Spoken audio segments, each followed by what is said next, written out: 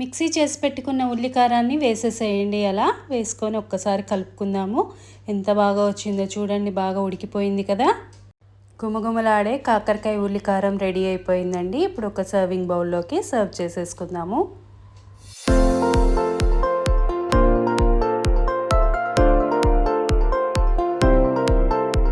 Please like, share and subscribe to Nayaki's kitchen for more video.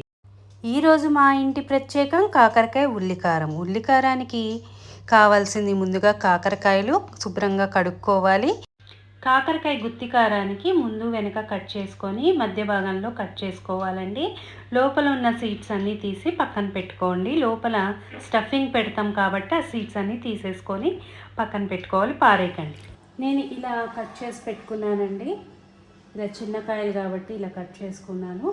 ఈ లోపల ఉన్న గింజలు, విత్తనాలు ఇక్కడ ఇలా సపరేట్ చేసి పెట్టుకో. స్పూన్స్ ఆఫ్ ఆయిల్ వేసుకోండి. కొద్దిగా ఈ కాకరకాయకి ఆయిల్ ఎక్కువ పడుతుందండి. కట్ చేసి పెట్టుకున్నాం కదా, ఈ కాకరకాయలు ఇందులో వేసి వేయించేసుకున్నాము. చిటికెడు సాల్ట్, చిటికెడు పసుపు ఫ్లేమ్లో లో ఫ్లేమ్లో పెట్టుకొని నిదానంగా ఇవి మగ్గించుకోండి. ఒక 5 మినిట్స్ ఇవి వేయించేసానండి.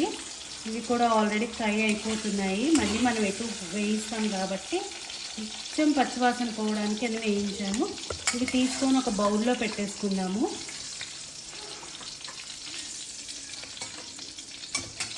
ఇలా బౌల్లో తీసుకొని పక్కన పెట్టుకోండి. ఆనియన్స్ కట్ చేసుకుందాము. ఇలా ఆనియన్స్ కట్ చేసుకున్నాను. నేను ఆనియన్ పేస్ట్ పచ్చిది రుబ్బట్లేదండి, కొద్దిగా వేయించుకొని వేసుకుంటాను. సో ఇలా ఫస్ట్ మనం కట్ చేసి పెట్టుకున్న ఆనియన్స్ అన్నీ ఇదే గిన్నెలో వేసేస్తున్నాను. ఎక్కువసేపు ఏం వేయించుకోక్కర్లేదు, కొద్దిగా పచ్చివాసన పోయేంత వరకు అయితే చాలు. 5 ఎల్లిపాయలు, ధనియాలు, జీలకర్ర, పక్కన తీసి పెట్టుకున్నాం కదండి సీడ్స్, అవి కూడా వేసేసాయి. 4 ఎండుమిరపకాయలు వేసుకున్నాను, చింతపండు. ఇవన్నీ వేసుకున్నాక ఒక్కసారి కలుపుకుందాము. ఒక 2 మినిట్స్ వేయించుకుంటే చాలండి, పచ్చివాసన పోయేంత వరకు.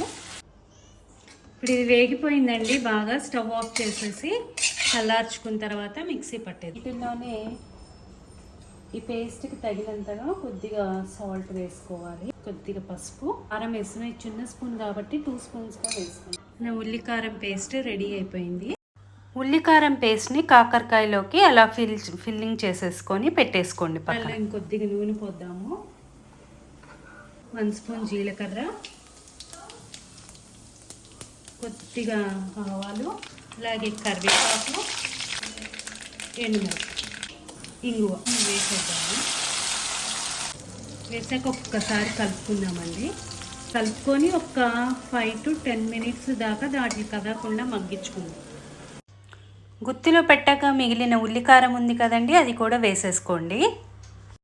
లోపల స్టఫింగ్ కదలకుండా మెల్లగా మొత్తంగా కలిసే విధంగా మిక్స్ చేసుకోవాలి. ఇప్పుడు మూత పెట్టేసి ఒక 3 మినిట్స్ మగ్గించుకుందాము. మూత తీసి చూద్దామండి, ఎంత బాగా ఉడికిపోయిందో చూసారా. కాకరకాయ సూపర్ ఉంది. ఉల్లికారం కనుక కొద్దిగా అడుగంటకుండా ఉండటం కోసం అది మధ్యలో కలుపుకుంటూ ఉండండి. ఇప్పుడు గుమగుమలాడే కాకరకాయ ఉల్లికారం రెడీ అయిపోయిందండి. చూసారా, ఆ వాటర్ కన్సిస్టెన్సీ అంతా పోయి గట్టి పడిపోయింది. ఇప్పుడు ఒక సర్వింగ్ బౌల్ తీసుకొని సర్వ్ చేసేసుకుందాము. చూస్తుంటేనే నోరు ఊరిపోతోంది.